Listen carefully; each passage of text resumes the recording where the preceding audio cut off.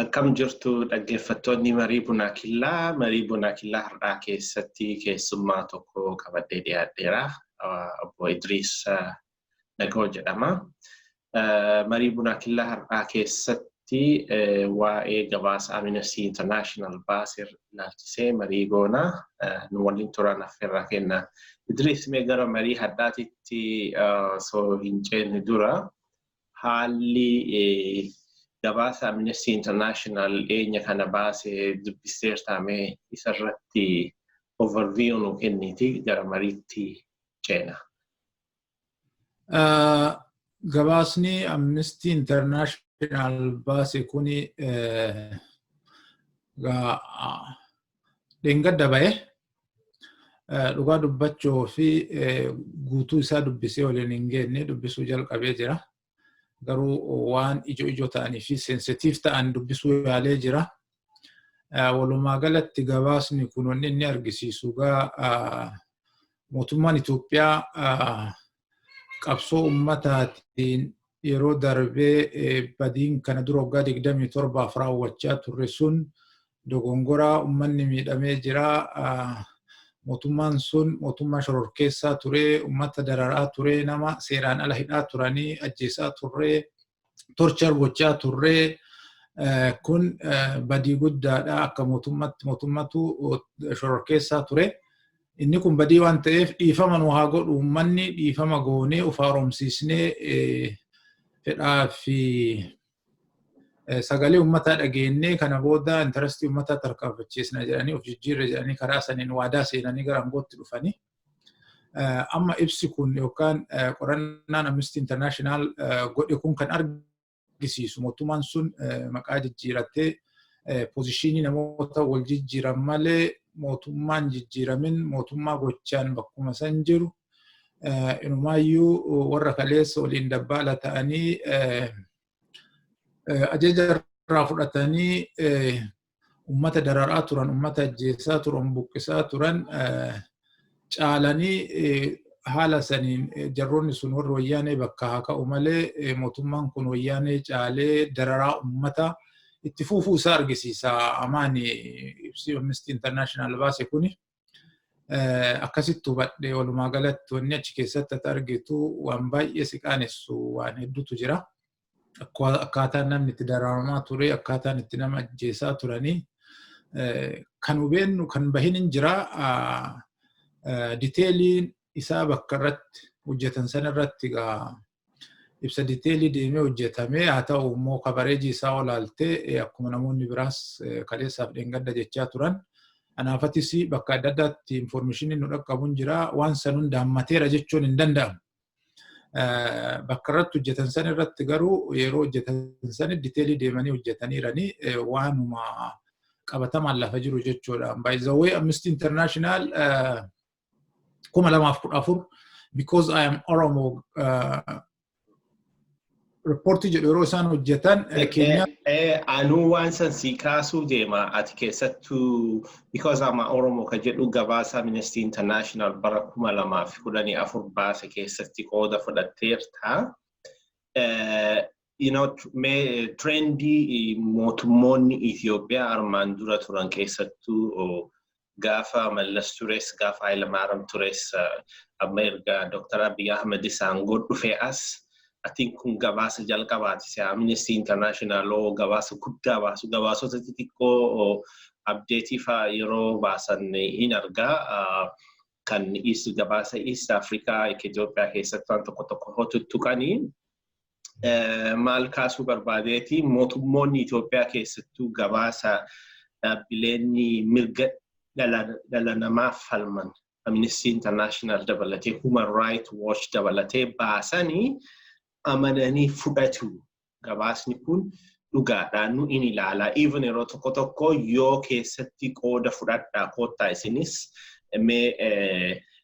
gabaasa kanarratti waan jettan jedhaadhanii qooda fudhachiisuuf affeeranis mootummoonni Itoophiyaa trendiin armaan dura ture qooda keessatti fudhachuufis fedhii akka hin qabne dhaabbileen kun akka qeeqaatitti yeroo kaasan ni jira. Mee kanaan wal qabatee armaan duras sanirratti muuxannoo waan qabduuf I think atillee sababa sanii because I'm Oromo ka jedhu san keessatti qooda fudhachuu saniin wal qabatee wayyaaneen biyyaa si ariite mee saniin wal qabsiisiitii dhaggeeffattootaa fi yaada kee ibsi.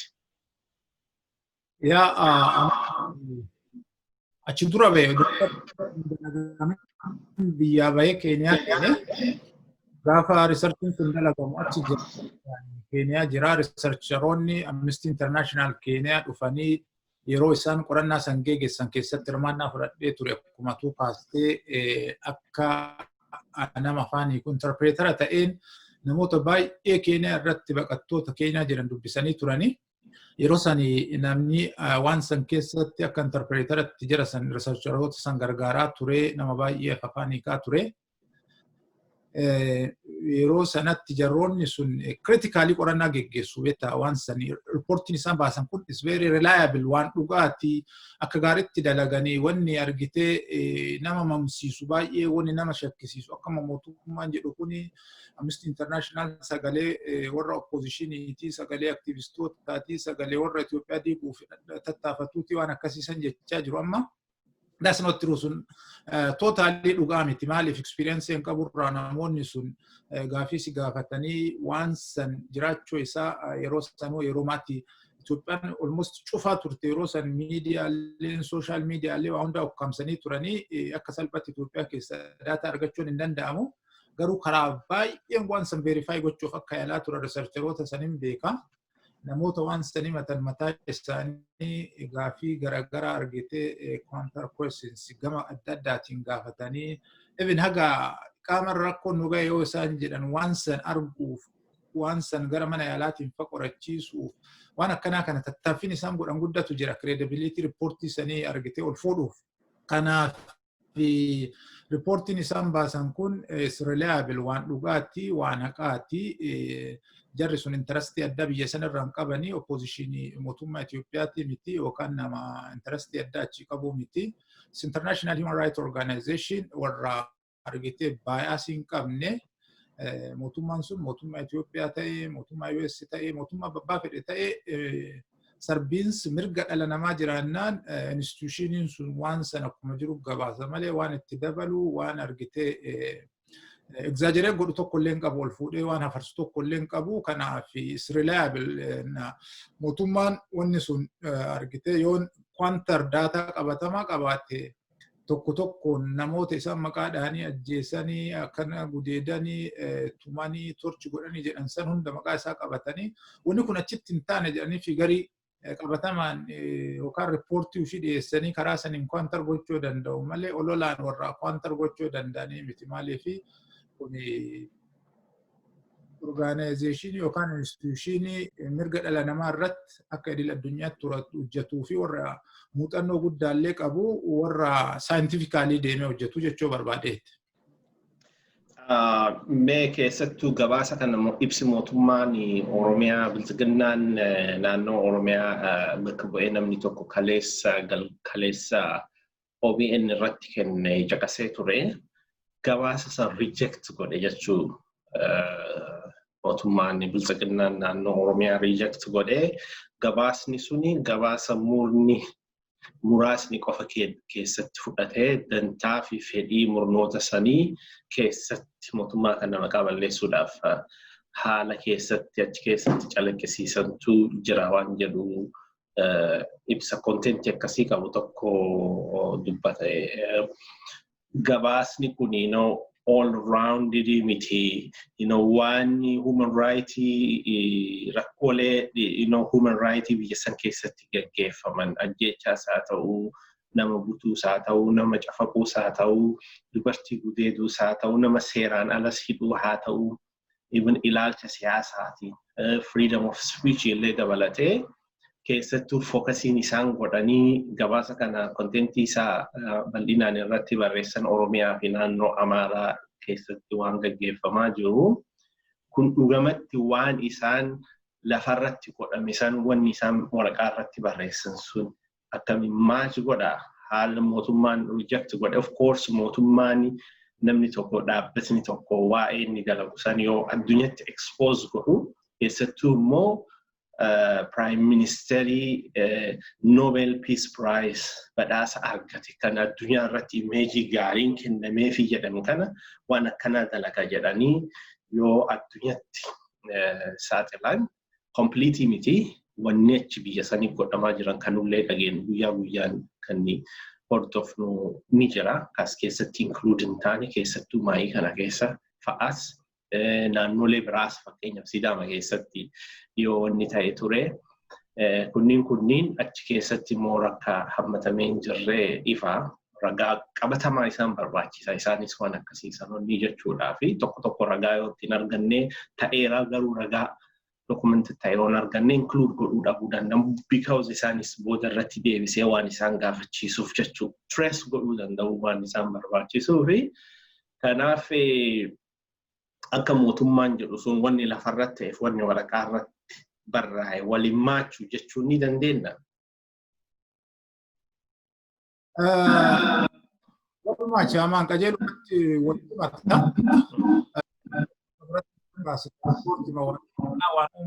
waan ta'e dabalataan immoo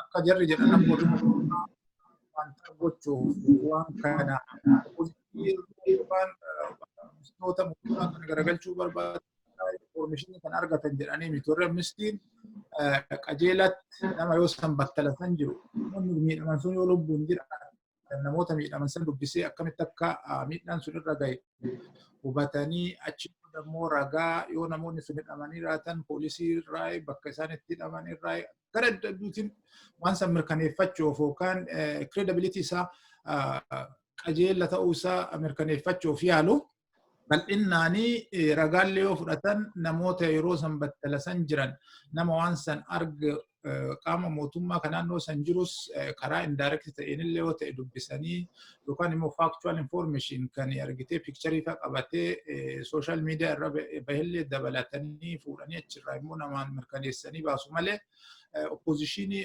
akkasuma Finfinnee jiru yookaan nama aktivistii biyya alaa jiru yookaan biyya keessa jiru bilbilanii gaafataniitti miti gara riippoortii barreessanii ground bakka waan sun itti uumame irraa ka'u.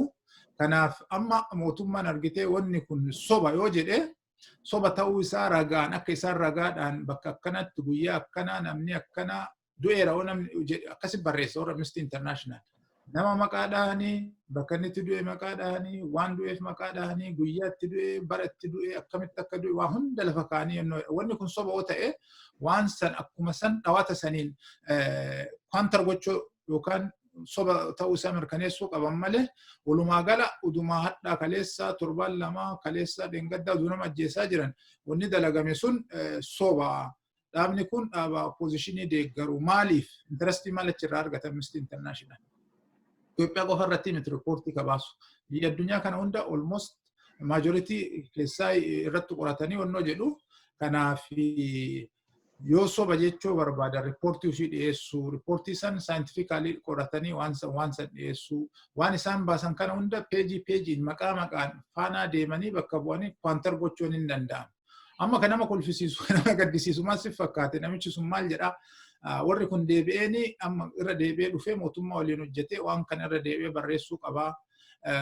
Waan isaan barbaachisu hunda gargaarsa hin goonaa fi jechaa ture kaleessa akka waan Amnesty International interestii adda achi qabu akkuma argitee nama tokko oppositionii fi diaspora yookaan nama alaa dhufu tokko lafaan sobanii waan akkasiitiin interestii ofii oofsisuu yaadan sana Amnesty International illee waan akkasiitii se'anii jechuudha. Hubannammaan isaan jalqaba International Human Rights Organization qabanu baay'ee gabbu'aadhaan kan arge jechuudha. Kontekistii isaaniitiin miti ka dalagan isaan kontekistii scientifical method research methodology hordofanii waan tokko lafa kaanii achirra daataa funaananii karaa saniin verify godhanii baasan malee walumaa kaanii akkuma isaanii kana political interest in waan tokko jedhan. Kanaaf amma mootummaan argitee uummannis kana balaaleffachuu qabaa fa'a jedhu siigalee uummata ajjeesaa jiran uummata hidhaa jiran uummata dararaa jiran maal jedhee balaaleffatu uummanni kana nu ajjeesaa gaarii gootanii itti fuufa akkuma waggaa 27 kaleessa gootanii godhaa turtanii nama buqqisaa turtanii nama ajjeesaa turtanii wayyaanii wajjin hiisisaa turtan ammallee dhiifama isinii goone ammas deebitanii nama ajjeesuun keessan sirri jedha uummanni. nu buqqisuun keessan sirriidha dubartii ulfaa garaa baasuun sirri jedha nama maaliif bilbilli kee iyye jedhanii ajjeesan kana sirri jedhee uummanni sana akka deeggaru barbaadu jechuudha kun shame waan qaanii waan ta'uu mallee kanaaf inumaayyuu mormuun mataan isaa mootummaan kuni waan sana duu fudhatanii argitee hamma tokko hin qajeelchinaa jedhanii garasitti deemanii isaaniifis gaarii ta'a malee international diplomatic qonnoo isaanii totally damage godhe akkuma atuu jettee Prime Minister Abiy yeroo darbee nagaa biyya san buusuuf tattaaffii godheera biyyoota ollaa san wajjinis biyya san hariiroo jiru fooyyessuuf tattaaffii godheera jedhanii Nobel Peace Prize badhaafamee ture. Wanni sun gaa amma negative wanno irratti harkisaa jira waan tokko yoo mootummaan sun balleesse reactioniin inni miidiyaa alaatti international community diplomatic community qabu baay'ee wannoodha jechuudha sensitiviidha jechuudha. Amma reportii kana booda international medias gabaas kan hojjetan tokko lama miti miidiyaan addunyaa kanarra dhageetti qabu gurdan waan kanarratti gad fageenyaan hojjetanii kanaafuu credibility mootummaa sanii diplomatic effortii isaan kana dura xiqqoo gochaa turan damage godhee jechuudha. Kanaaf waan sanirraa baraaramuu fi tokko ammalleen karaa qajeelaatti deebanii intarastii uummataa eeganii akkuma kaleessa balleessinee jirra uummanni waan hiriira ba'eef waan mirga ofii gaafateef waan walgahii dubbateef namni ajjeefamuu qabu ukkaanfamuu qabu hidhamuu dararamuu torchar gochuu qabu waan jedhan san irra deebanii ilaalanii practically argisiisuu qabu. Egalee kabiroo immoo riippoortiin kun dhugaadhaa sirrii dogongorri mootummaa bira hin jira qaamota mootummaa bira hin jira waan kanarra deebinee qajeelchuu qabnanii fudhatanii deemutu isaan baasa malee karaan isaan amma deemaa jiran kun irrattuu waan kana magnify godhaa deema malee waan isaan irraa waan hir'isu tokko illee qabu jechuu barbaade. Keessattuu yeroo tokko Dr. Abiy Ahmed waan inni jedhe yaadadha. Ichi agar በጭልፊቶች ከምትነጠቅ ያወለቅነውን ኮፍያ መልሰን እናጠልቃለን yeroo jedhee jecha humna fayyadamuu tokko jecha sodaachisuu tokko gara humnaatti deemuu yeroo dubbate ture san dura immoo keessattuu yeroo jalqaba akkuma aangootti dhufeeni torbaan tokkoo fi lama booda bakka moottoon inni biyyoota garagaraa yoo deemu keessattuu Itoophiyaa keessatti yeroo naannolee garagaraa daawwataa ture san uummata waliin marii garagaraa godhaa ture san uummata tasgabbeessaa ture san ala kanas yeroo dhufee waa'ee mormituu fa'allee mormitoota ala turan galaa yeroo jedhee jajjabeessu waan inni dubbataa moottoon isaa tokko maal ture magdal mashanaf ነው jedhaa ture. Strictly magdal mashanaf ነው jedhu kana moottoo kana yeroo hedduutti fayyadamaa ture. Deebi'emmoo baatii muraasa booda I think about a year ago wanni inni dubbataa ture ichi agar በጭልፊቶች ከምትነጠቅ ያወለቅነውን ኮፍያ መልሰን እናጠልቃለን እንጂ በጭልፊቶች አትነጠቅም ይጀች jedhu tokko dubbate jechuudha. Dhugatti jechoonni kun lamaan yoo wal bira qabanii ilaalan wantoota wal faallessan argina. Kanaaf trending inni itti deemaa dhufes gabaasa Amnesty kana waliin yoo ilaalle I think Amnesty International gabaasa very comprehensive ta'e barreesse garuu immoo complete jechuu baannus bifa saniin haala laaluu danda'amu. Ammoo amala mootummoota Itoophiyaa irra takkaa mootummoonni Itoophiyaa gabaasa Amnesty International Human Rights Watch baasullee dhugaadhaa wanni akkanaa raawwateera jedhanii yeroo itti amananii arginee hin beeknu yeroo hunda numa waakkatanii. Mee Itoophiyaanis Human Rights Commissionii tokkoon qabdi kan biyya sanitti hundaa'ee I think independent ta'e bilisa kan jedhamu ni qabdi.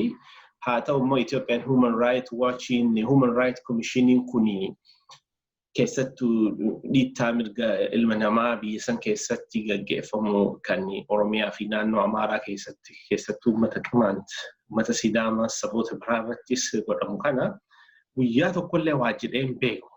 gaafa tokko yoo yaadatteen beeku Finfinnee keessatti jeequmsi wayii ka'ee namoota muraasa hidhanii namoota muraasa hidhan saniif gabaasa baasee ture yoo yaadattu miidiyaan illee walirraa fuudhanii hafarsaa turan. Maali human rightiin garee tokkoof human right ta'ee garee biraatiif ammoo human right ta'eetiin sirriitti haala biyya san keessatti dhiittaa mirga lamaa godhamu kanneen to'anne akkamiin ilaalta waan kana? Yaa beektaa farm animals si yaadachiisa. Farm animals kitaaba jedhu namichi barreesse maal jedha? Some human beings are equal than others jedha. Sagaleen keetii tameerra deemi. Yeah, farm animals kitaba jedhu tokko jira. All humans are equal, but some human beings are equal than others. Namoonni hundi wal qixa garuu namoonni gariin namoota kaan caalaa irra wal qixa jedha jechuun wal caal ilmi namaa wal caalaa jechuu barbaadeeti. Warri dur nugusoota turan warri imperialistoota yoo lubbuun isaanii yonnoo jedhu akka waan lubbuun isaanii nama hiyyeessa kaan caaltuutti dhiyeessu. Waan akkanaatiif akkas jedhee argite Human Rights Council ka Itoophiyaa jiru sun akkuma tuu jette sun is shame fakeidha. Kuni uummanni Itoophiyaa tokko Itoophiyaan biyya tokko tokkummaa biyya sanii ijaarraa tokkummaa biyya sanii jabeessinaa jedhan achi deebanii dhiyaanillee bulchitoonni illee hooggantoonni hundi waan akkasii haasa'u. Yoo as deebi'an immoo uummanni miliyoona tokkoof wayi daangaarraa yeroo buqqa'e yeroo namni hagasii rakkoo keessa seene yeroo qabeenyi akkasii manca'e guyyaa tokko dubbatanii beekan.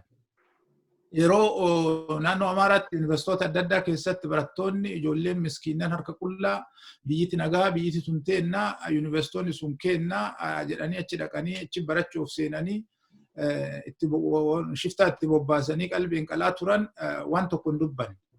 Yeroo Oromoon bakka hundatti ajjeefamee qe'ee irraa buqqa'ee rakkoon irra gahu waan tokko hin dubbanne.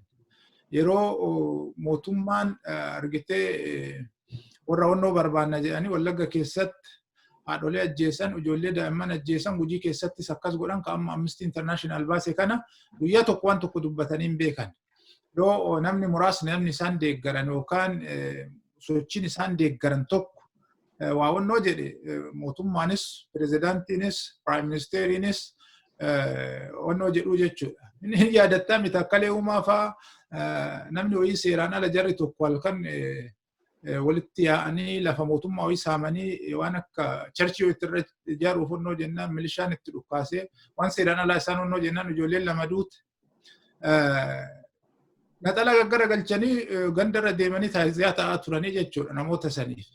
Yeroo manni keenya immoo bakka hundatti namoonni biraa naannoo Sidaamaatti, naannoo Beenishaangulitti, Sumaaleetti, Gambeellatti, Oromiyaa keessatti, naannoo kibbaa kana guutuu irratti yeroo jeequmsi ka'u yeroo namoonni du'anii they don't care waan tokko onnoon jedhan. Kanaaf biyya san biyyiti sun injustice karaa argitee mirga dhala namaatiin dhiituutiin ijaaramuu isii har'as intarastiin isaan qaban waan san itti fuufsisuu ta'uu isaa sirriitti sitti argisiisaa jechuudha kun. Wal'aa onnoon isaan haasa'an gama tokkoon tokkummaa Itoophiyaa jabeessinaa jedhanii gama tokkoon uummata parsantii 85 ol ta'u miidhaan irra gahu waan isaan kaasan. Murna muraasa isaan deeggaran isaan leellisan karaa seeraan alaatiin illee uummanni sun deemee rakkoon wayii irra gahe waan san glorify godhanii qayyii masmartaan lafee amma pirezidaantittiin fa'a yeroo darbe yeroon uummanni keenya Jawaariin ajjeesuu irratti targeet godhanii waan san mormee uummanni keenya nagahaan gara manaa deebi'uuf jiru shiftoonni warri Izeemaa fi Abin fa'a magaalaa keessatti qawweetti guuraa turan. Nagaa hiriira nagaa bahee deebi'u ajjeesan uummanni react godhee garasiillee namni onnoo jedhe waan san irratti qayyii masmartaan lafee jettee miidiyaan achi jiru sun hundi bahee u'uu jedhee warra artistoota onnoo gargaarsa walitti qabanii magaalaa keessa fiiguu jalqabanii koofiyaa baafatanii kobbortaa baafatanii karaa irra harkisuu jalqaban. Yoo rakkoon qabatamaa wanni biyya san diiguuf deemu injustice keessaa argite namni waa balleesse bakka hundattuu namni adabamuun illee ajjeesuun seeraa miti gara seeraatti dhiyeessuun sirriidha. Wanni seeraan ala abbaa fedheenuu dalagamee jajjabeeffamuu qaba jechuun miti. Garuu ka isaanii seeraan alallee yoo isaan waa balleessanii du'a isaan waan seeraan alaa dalagan miidhaan irra gahe. Miidhaan hin booyaa, mootummaan hin booyaa, aktivistoonni hin booyaa onnoo jedha. Human Rights Councilin sunillee waan akkasiisan yeroo sana jira jechuudha. Uummata san qofaaf uummata muraasaaf filatee riippoortii baasuuf uummata san olaantummaa isaanii tissuuf. Kanaaf achi jira malee sun waan bakka bu'u uummata Itoophiyaa guutuu bakka bu'u akka hin taane sirriitti argisiisee jira jechuudha. Sun fascistiidha. Human Rights Council duun taane that is fascist organization waan shame ta'e argite waan maqaa isaatu dha'uun hin barbaachise. Waan loodduudha. Kanaaf akkasitti ilaala. Kan biroo akkuma atu jette mootummaanis akkasuma mootummaan amma baay'ee sensitiiviidha. Yeroo darbe akkuma atu beektu ijoolleen wayii barattoonni yuunivarsiitii naannoo Wallaggaa kana oduu deebi'an karatti butaman ijoolleen durbaa jedhanii diraamaa hojjetaa turan ganama galgala yookaan Prime Ministerii Deputy Prime Minister oduu himaa waajjira sanii waajjira Prime Ministerii miidiyaa Itoophiyaa kana guyyaan gabaasa godhan update maaloo jechaa turan inni sunis diraamaa ta'e dhumarratti yookaan immoo ijoolleen oduu ajjeefan tureeffatu fe'anii garan oduu argan guyyaa tokko waan tokko dubbatanii jechuudha. Kanaaf rakkoo cimatu jira, rakkoo seera dhabdummaatu diriiraa jira jechuudha biyya san keessatti. Garamitti deemaa jirra waan jedhu sirriitti si argisiisa jechuudha. Gara olaantummaa murna muraasaatti gara argitee namni biraa maajoritiin yoo du'elleen amin jedhii fudhadhu du'aaf dhalatte. Akka waan jedhutti ibsisaan amma baasan kun illeen inumaa sodaachisu kana booda yoo gaddoonnoo jettanii kana tarkaanfii fudhannaa namichi sun challenge turra turee milishaa yookaan special force ka jedhan san challenge san hunda dandamatanii tasgabbii biyyaa nagaa biyyaa eegsisuuf onnoo isaan fudhatan recognize goonaa jedha. Kanaaf funduras waan san ajjechaa san tarkaanfii gara jabeennaa san fudhadhaa itti fuufaa jechuu barbaada. Kun gara dukkanaatti gara hammeenyaatti akka deemaa jirruu fi karaa irra dhufan dagachuu isaanii argisiisaa jechuudha. Wanni tokko ammoo I think gabaasa amma yeroo ammaa kana bulchiinsa amma biyya jiru kan keessatti wanni bareenni gabaasanii I think laaluun kaasuun barbaachisu keessattuu sirna gaafa wayyaaniin aangoorra turte warri Human Rights Watches warri Amnesty Internationalis kanneen biraas akka diinaatti ilaalamanii biyya sanii ari'amanii Itoophiyaa keessa seenuu hin danda'an ture. Amnesty International kan East Africa, Horn of East Africa bakka bu'aan Philips Horn namni jedhamu kan nama biyya Kanaadaa kana otoo jiraata ture iyyuu namni suni magaalaa san jiraatanis qaamaan hin beekani. Biyya sanii ari'amee Keeniyaa taa'ee gabaasa hojjetaa ture yeroo sani yookaan yaadattu naannoo Eertiraa fi Itoophiyaa kanas even yeroo Oromoo protest godhu sanii Keeniyaa taa'ee gabaasa sanni qindeessaa ture. Ka'ammaa garuu gaarummaan isaa biyya san keessa ta'anii waan kana qindeessuu danda'aniiran. So kuni I think gaarummaa isaati jennee kaasuu ni dandeenya jechuudha. Haga tokko mootummaan kun waan akkasii sanniin tolerate godhee namoota akkanaa kan of dura waan ta'u hin beeknu ammatti garuu at least ifaanis ta'ee I don't know dhokata karaa dhokataatiin biyya san turaniin beeku. Kanarratti riippoortiin isaa miila kana waan kana koontar gochuuf yookaan ibsa kana soba gochuuf baasanii mataan isaa dhara ta'uu wanni sitti argisiisu. Yeroo darbe arguma dhiyoo kan amma akka waan isaan sirriin wayyaanee keessa hin jirre akka isaan wayyaanee wajjin waan balleessini akka waan argitee yeroo san oppidiyoon ergamtu wayyaaneen taanee ganda keessan deemtee uummata keenya ficcisiisaan turre akkuma wayyaaneen ofitti uummata Oromoo irra balaa geessaa turtee godhanii dookumentarii hojjetaa jiran haga dhiyoo. Dookumentarii kana keessatti ragaa Amnesty Internationalis ka darbe because am Oromoo achi dura jirus riippoortii isaan baasanis ka Human Rights Council International Human Rights Council illee ragaa tokko fudhatanii dookumentii san keessatti akkaataa isaan itti uummata fixaa turan akkaataa isaan itti mirga dhala namaa sarbaa turan dookumentarii hojjetaa turan. Eegalee amma yoo Amnesty International gaaf dura biyya alaa taa'ee fagoo irraa daataa funaanee hojjete san dhugaa godhanii dookumentari wayyaanii irratti ittiin hojjetan kan amma biyya keessa deemanii isaan daataa funaananii hojjetan kan qabatamaan beekamu ka suuraan deeggaran ka ummanni beeku ka boru ganama gabbu'anii uduu third party illee fidanii bakka san dhaqanii mirkaneessuu danda'an kana totally falsify gochuun isaanii ummanni kun jijjiiramaaf they are not ready culture madur baranne sanin itti fuufna waan jedhu argisiisa waan wal dha'u qabaa jechuu barbaadeet. Galatoomii yaada bareedaa kaaste mee dhumarratti garamitti gabaasni kun garamitti akka deemu biyyi sun garamitti keessattuu bulchiinsi ammaa kun agartee akka ajaraatti gaafa duraa uummanni itti kenne innis ammoo waadaa seenee tokkotu ture anisin ceesisaa mootummaa ce'umsaan barbaachisuu jedhee waadaa seenee gara uummanni fedhu sanitti deemaa jira kan jedhu riippoortiin kun imply godha moo garamitti deemaa irra waan jedhu imply godha gabaasni kun saniin guduunfinumee akkamiin ilaalteet?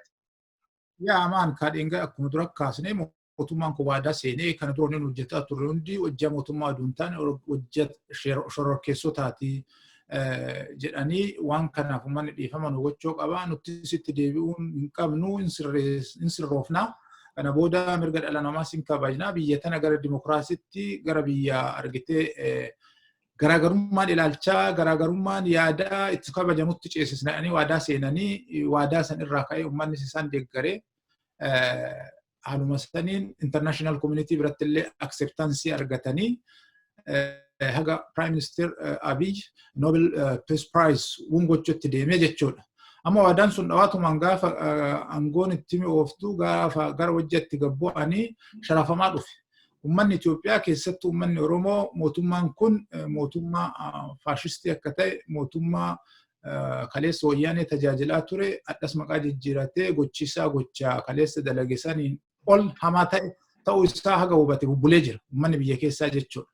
Gabaasni kun amma maal mirkaneessee uummanni international community mootummaan Dr. Abiy Ahmed mootummaa biyya san ceesisuu danda'u mootummaa garaagarummaa laalchaa garaagarummaa siyaasaa accommodate gochuu danda'u tolerate gochuu danda'u jedhanii haga badhaasa Noobelii kennuu gahansanis mootummaan sun mootummaa akkasii akka hin ta'in mootummaa gochaan jijjiirame akka hin ta'in international communityin diplomatic communityin akka hubatu godhee jira jechuudha.